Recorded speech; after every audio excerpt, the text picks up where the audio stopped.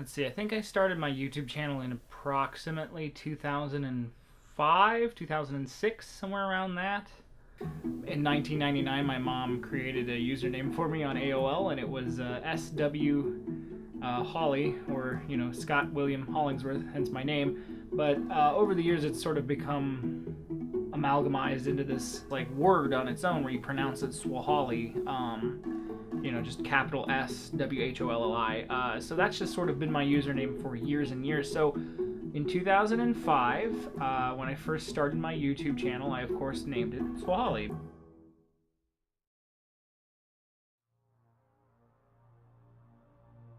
The first couple of stuff I ever uploaded onto the channel were like vlogs, because I mean it was 2005. Everybody and their brother had a vlog. I wanted to be a vlogger, I guess, whatever that meant. So I uploaded a couple vlogs, which unfortunately all of them are lost to time except for little clips. I have like a little video I made, an intro video somewhere that has a couple of them used as like clips, but for the most part it's lost to time, lost media. So obviously I am someone who enjoys video. I enjoy making video, producing video, so YouTube was a natural, you know, evolution of my interests as a kid growing up, especially, you know, in 2005, 2006, when YouTube like first started and came on the scene, and everyone's like, hey, here's this platform where you're just anybody in the world can upload a video, and it could potentially get big and people can see it. And so, you know, 10-year-old me, who's like this kid who just makes stuff. One of the ones I'm more proud of was a video I made when I was like 10, so like 2003, maybe 2004. And I made this little video with my sister, which did not have a title. It was just some untitled Star Wars video. But what makes me the most proud about it is more or less not, like, I know this technique called rotoscoping. I've heard of this. I've seen it in the behind-the-scenes footage, because I like to watch. I was that kid. I watched all the behind-the-scenes stuff from my favorite movies. And one of the things I'd seen was that, yeah, this technique called rotoscoping, and I was like, okay, so what they do is essentially they draw frame by frame, you know, onto the film stock and create this special effect that is like lightsabers. And I go, okay, I can do that. And but that's something I uploaded to YouTube, and didn't really go anywhere, obviously, but it's one of those cutesy things. But that is not where my YouTube channel got its start. Now, you see, in 2000, and I believe it's 2006, 2007, somewhere around there, I uploaded a video titled Halo 3, Halo. Master Chief's Real Face. It's finished. No, I think we're just getting started. In which, in the video, Master Chief takes off his helmet. So what I did was I just basically went into Flash, Adobe Flash of all programs, because it was what I was the most familiar with at the time, and superimposed my face onto Master Chief's helmet, frame by frame, doing a very poor job with the cropping, and put a nice little pwned at the end, which is, you know, as we all remember, is leet speak for you just got owned on the internet. But I didn't think about the metadata of what I had just uploaded, because of course it has Halo, one of the biggest franchises of all time, Halo 3, which is the game that was about to come out, and the hype for that game was huge. So this video skyrockets to 1 million views. Like, and say to me a stroke of love, call you a one in a million you. over the course of a couple of years, like, it doesn't immediately take off, but like, but it just skyrockets. One in a million. Oh, hey, I did this video called, and I swear the best part is when people look at me and go, I've seen your video. I go, what? And they go, oh yeah, I remember watching that back in the day, back when it came out. And I'm like, you are kidding me. That it's spread to such strange places. And the funny thing, one of my coworkers was just like, you know, oh, I remember watching that video. I remember hating you. I remember you ripping this moment from me and just taking it away because you didn't show me Master Chief's real face, and I'm like, oh, you hated me before you even knew me. That's kind of where the story starts, and it sort of sets the tone for the rest of my channel. These little accidental hits. So later, I would get into this game called Blockland, and at the time, machinima was really big. Wouldn't it be funny if we made a parody of 1977 Star Wars within this game, Blockland?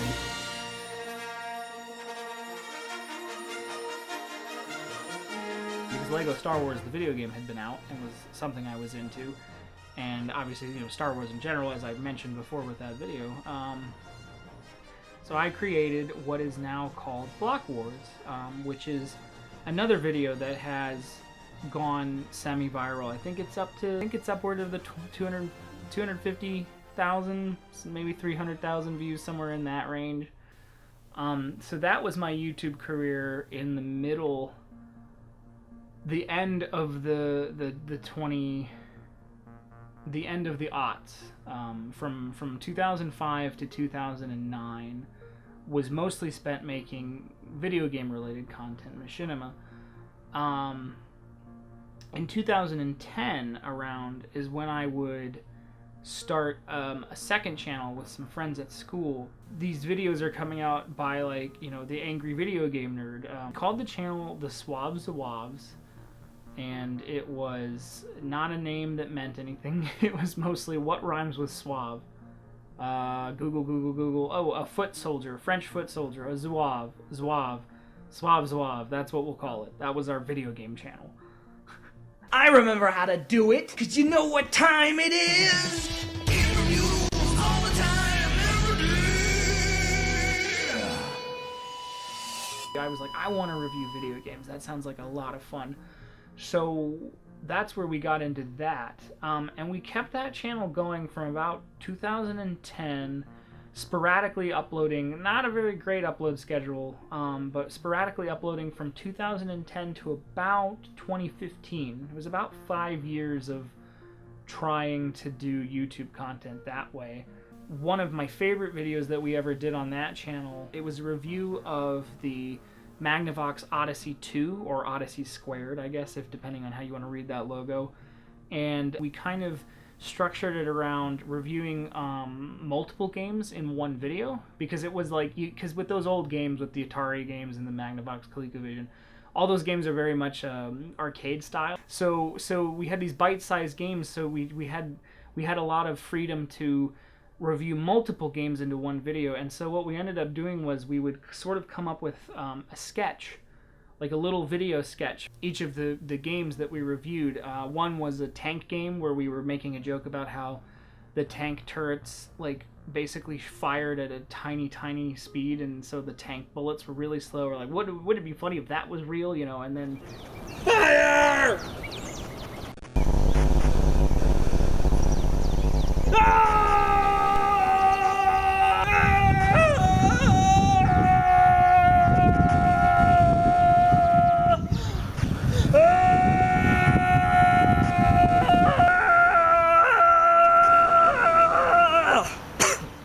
another one was there was this game where we had to solve math problems, and it had no urgency to it whatsoever. The presentation of the video game was black screen, some technicolored letters, and then a math problem showed up and you solved it, and that was it. That was the game. There was no urgency, there was no excitement. So we were like, wouldn't it be funny if we flipped it on its head and we're like, what if there's a bomb we have to defuse, and the only way to defuse the bomb is to solve this massively hard math problem? And it was like 10 plus 6 or something stupid.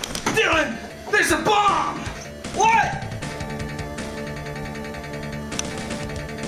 Dylan, we gotta defuse the bomb, and the only way to do it is with massive math. 8 plus 6. Ah! You're 6, 6, 7, 6, 7, 6, 7.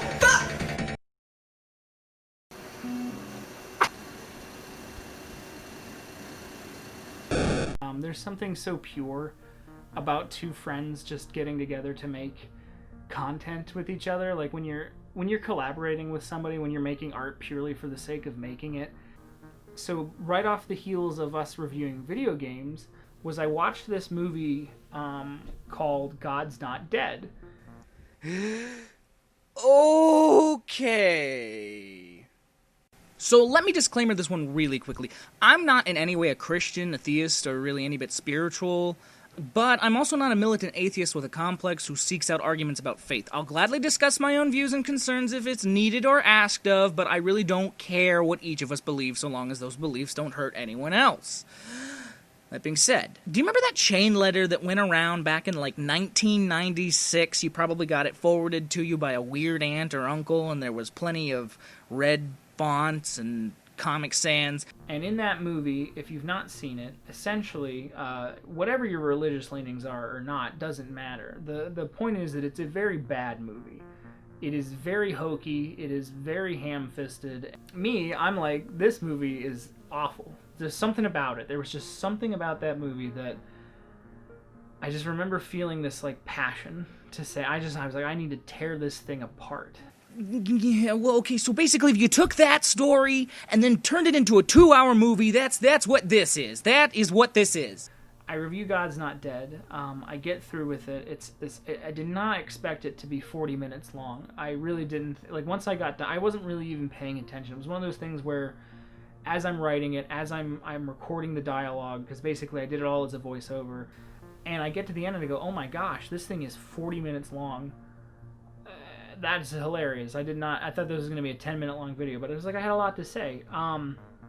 So I put it out there. And at the time, I guess I was lucky because there weren't a lot of people really reviewing this movie yet. It was kind of still underground. It was before it took off. So because nobody else had really reviewed it yet, again, it sort of skyrocketed. It took off. Before I knew it, I had 20,000, 40,000, 50,000 views on it.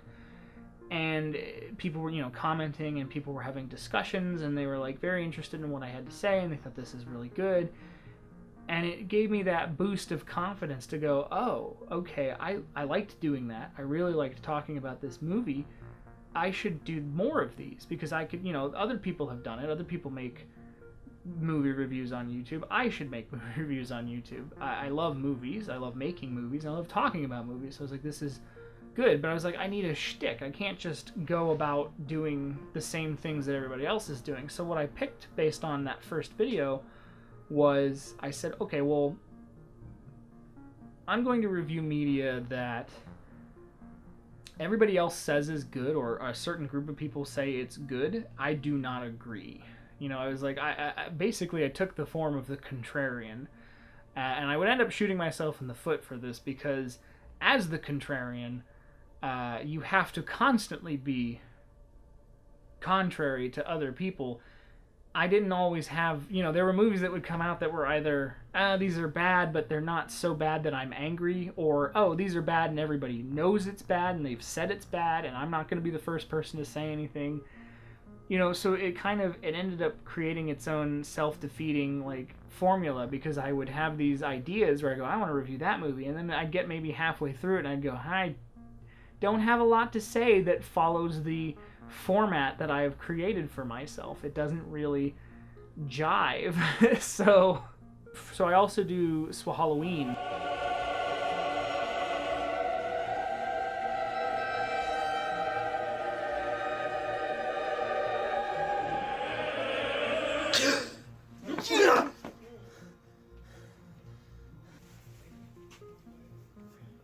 What is going on? Who the f are you people? They made another Insidious movie.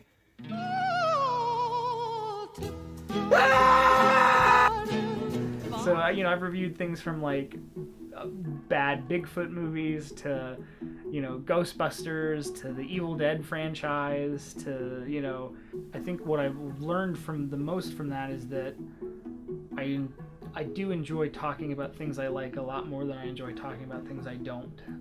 It kind of went back to what I was saying about the video game review channel. I had more fun making the video game reviews because even when I was talking about a bad game, I also got to talk about good games. I also got to talk about just different things. There was more fun to be had when it was talking about things you're passionate about versus trying to find something that you hate. And so I guess putting a little bow on everything that I didn't even realize I was about to put a bow on, what I've learned the most from doing YouTube over a 15-year-long career is that collaborating and creating things that I'm passionate about are the things that give me the most joy, and my YouTube career gives me joy. There's something so magical about the internet and YouTube, and things like YouTube, like Vimeo, or just any video uploading, content sharing website. There is this magical feeling of creating, of putting something out there that didn't exist before, doing the thing that you're passionate about without any limitations, without the need for commercial success, without the need for a giant studio or a television broadcasting station, or, you know, I'm doing this all in my bedroom. I'm doing this right now in my bedroom with my camera, my own personal camera, because of what I do for YouTube. Because of the stuff that I make on my own time.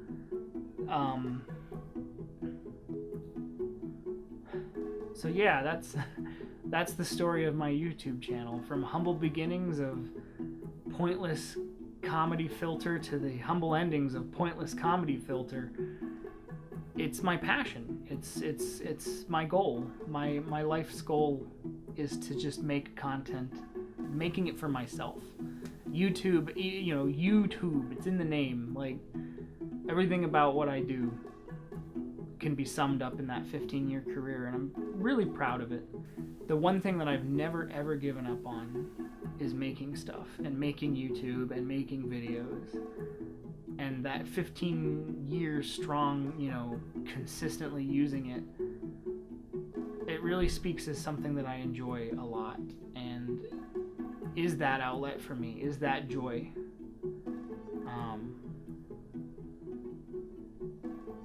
And I owe it all to that dumb YouTube channel. So